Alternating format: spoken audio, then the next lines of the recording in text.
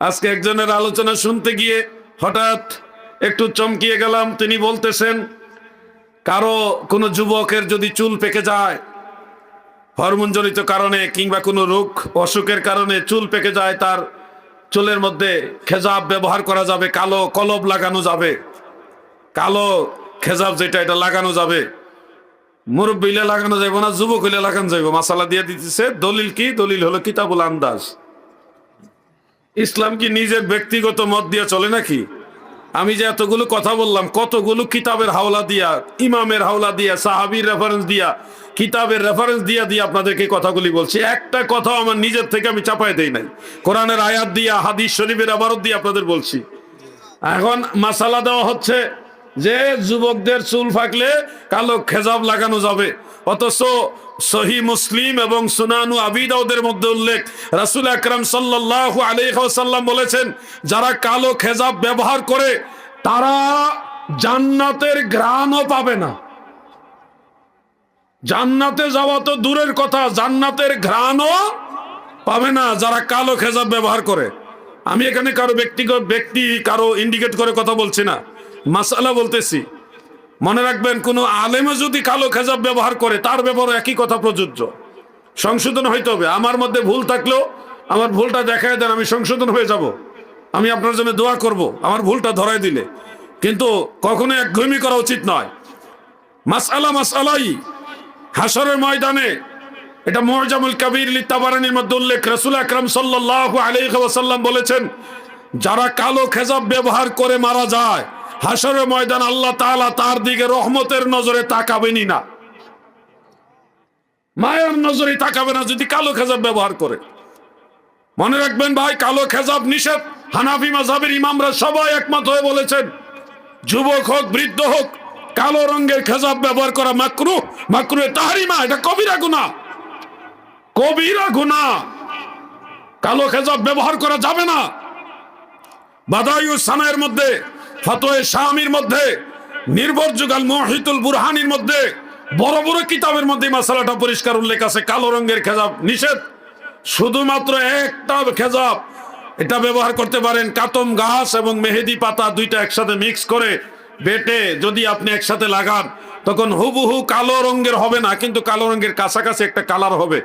ওই কালারটা ব্যবহার করতেন হযরত আবু বকর সিদ্দিক, হযরত উসমান যুন নূরাইন, হযরত ইমাম হাসান, হযরত ইমাম হুসাইন রাদিয়াল্লাহু তাআলা আনহুম, হযরত সাদ ইবনে আবি ওয়াক্কাস রাদিয়াল্লাহু আনহু, তিনিও মেহেদি পাতা এবং কাতম ঘাস একসাথে মিক্স করে যেই কালার আসে, কালো নয়, কালোর কাছাকাছি, ওই খেজাবটা ওনারা ব্যবহার করেছেন। ওইটা মূলত কালো খেজাবের দলিল নয়, এটা মেহেদি পাতার কাতম ঘাস ব্যবহারের দলিল। আর সরাসরি যেটা কালো খেজাব, এটা নিষেধ, এটা মাকরুহে তাহরিমা। কোনদিন দেখছেন সাদ কিবলাকে কালো খেজাব ব্যবহার করতে? দেখছেন আপনারা কোনদিন বড় কোন আলিমকে কালো রঙের খেজাব ব্যবহার করতে দেখছেন? যারা ব্যবহার করে এরা হলো ছোটখাটো মৌলবী সাহেব, কিছু জানে কিছু জানে না, অথবা ধর্ম নিজের মতো করে নিজের সুবিধা হইলে মানে, নাইলে মানে না। এগুলি সুবিধাবাদী মুসলমান। সে বড় আলেম হোক আর ছোট আলেম হোক, যারা নবীর বিধান মানবে না, তারা কখনো পরিপূর্ণ মুত্তাকি মুমিন হতে পারে না। আমরা যারা আছি, আমরা কালো রঙের খেজাব ব্যবহার করব না। যে হুজুর আগে করছি, আগে লাগাই ফেলছি, আগে করছেন, এখন থেকে এটা বাদ দিয়ে দেন, আর ব্যবহার করবেন না। আপনি নিয়ত করেন, আল্লাহর রাসূল যেভাবে বলেছে আমি এভাবে চলবো, দেখবেন মদিনাওয়ালা আপনাকে তরাইয়া জান্নাতে লইয়া যাইব। দয়াল নবী তুমি গুণমনি, এই পাপী লোক তরাইবেন বলে গো নবী, পাক কোরআনেতে শুনি গো নবী, দয়াল নবী তুমি গুণমনি। বলুন না, দয়াল নবী তুমি গুণ।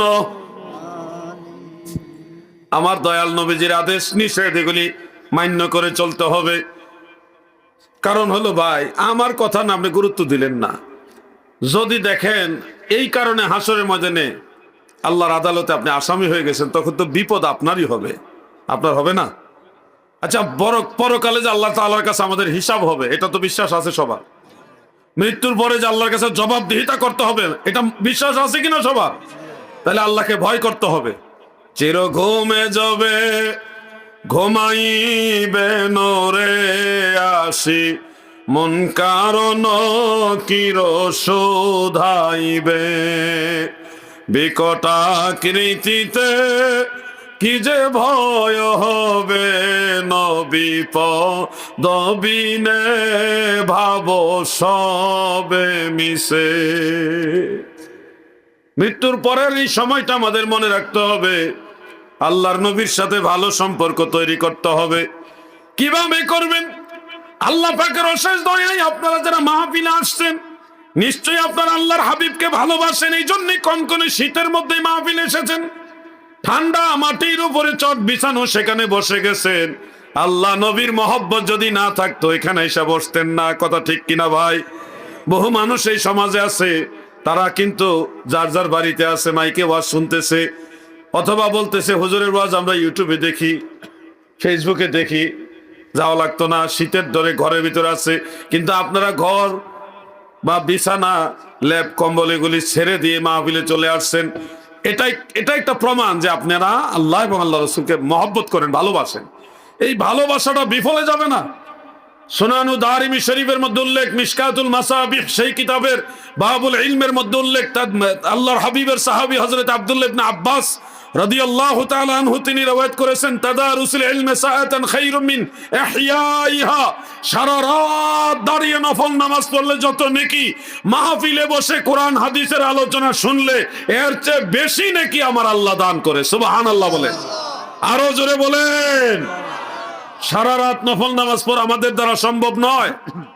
আমরা মানুষ, আমরা দুর্বল, ঘুমে ধরবে, অলসতা আসবে, ক্লান্তি আসবে। সারা রাত নামাজ পড়া আমাদের দ্বারা সম্ভব নয়। কিন্তু আপনি মাহফিলে এসে বসে আছেন, তাদারুসুল ইলম, ইলমের দর্শ নিতেছেন, কোরআন হাদিস শিখতেছেন।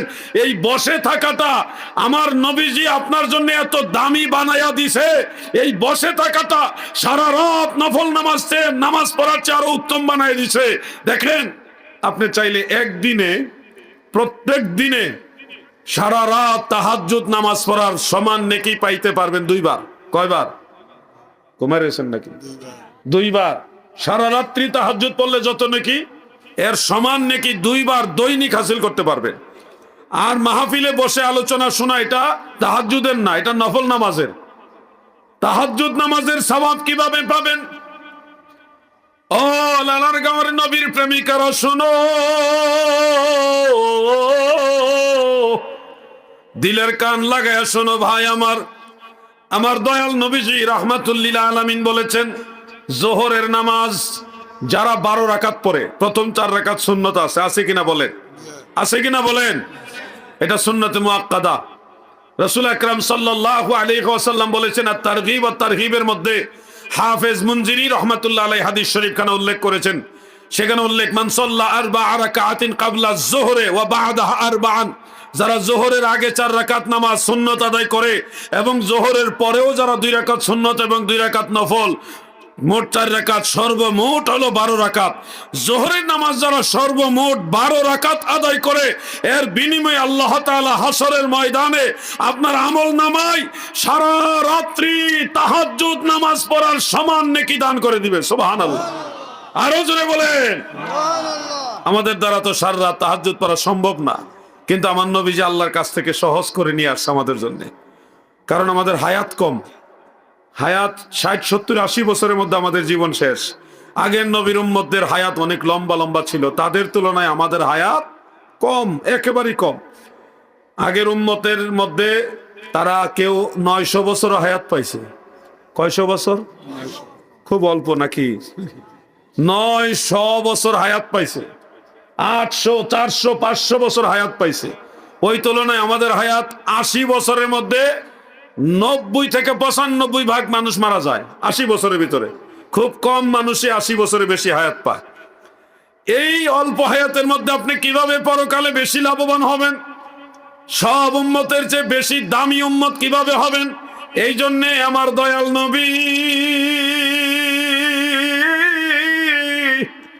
আমার আল্লাহর কাছ থেকে স্পেশাল সুযোগ আপনাদের জন্য নিয়ে আসছেন।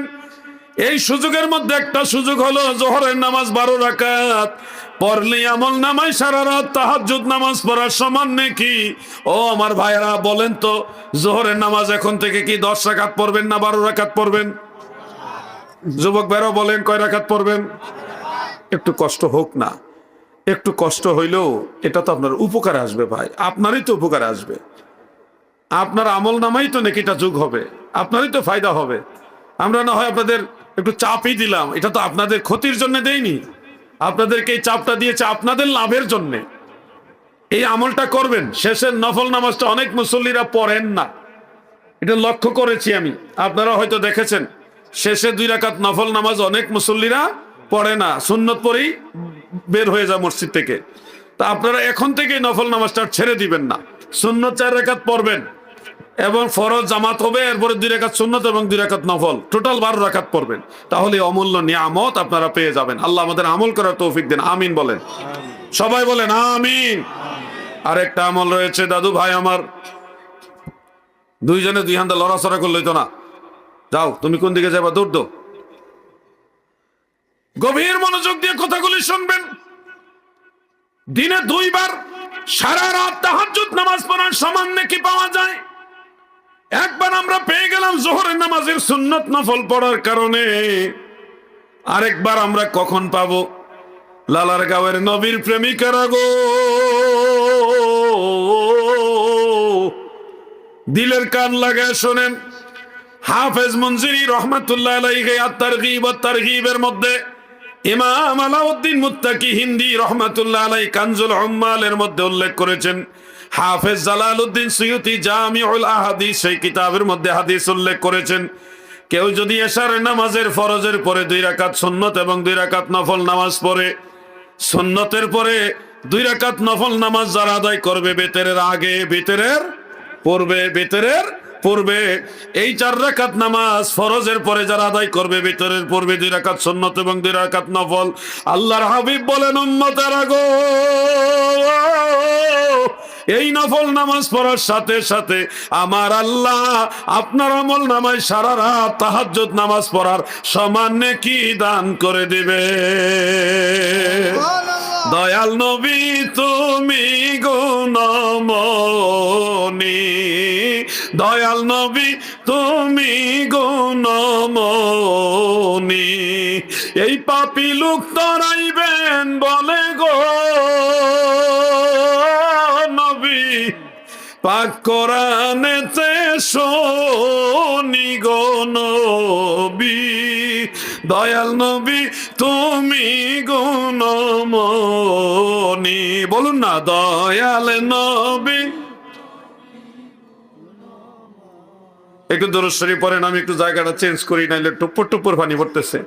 আপনারা বাইরে যারা দাঁড়ায় আছেন, আপনারা তো প্রচন্ড কুয়াশার মধ্যে দাঁড়ায় আছেন।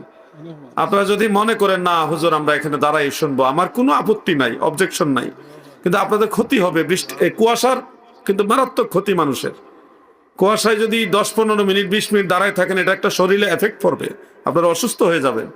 প্রয়োজনে প্যান্ডেলের ভিতরে এসে দাঁড়ায় থাকেন, একটু সেভ হবে। এটা আপনাদের ভালোর জন্য পরামর্শ দিয়েছি আমি। আপনাদের জোর করে বসাইতে চাই না যে আপনারা এসে বসেন, আপনার ইচ্ছা না হলে আমি জোর করবো না ভাইজান। তবে বসলে আমি খুশি হব, মেহমান হিসেবে আমি খুশি হব, আপনাদের জন্য দোয়া করব। কিন্তু আপনারা দাঁড়ায় থাকলে আমি বেজার না, তবে বাইরে দাঁড়ায় থাকলে আপনাদের শারীরিক ক্ষতি হবে। প্রয়োজনে প্যান্ডেলের ভিতরে এসে দাঁড়ায় থাকেন, কিছুটা হলেও সেভ হবে। আপনাকে সতর্ক থাকতে হবে, নিজের ক্ষতি নিজেরা করবেন না।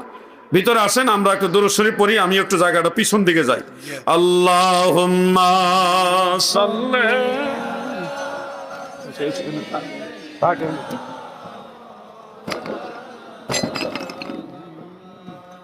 ওয়া আলা আলি, এটা আর একটু আইবো।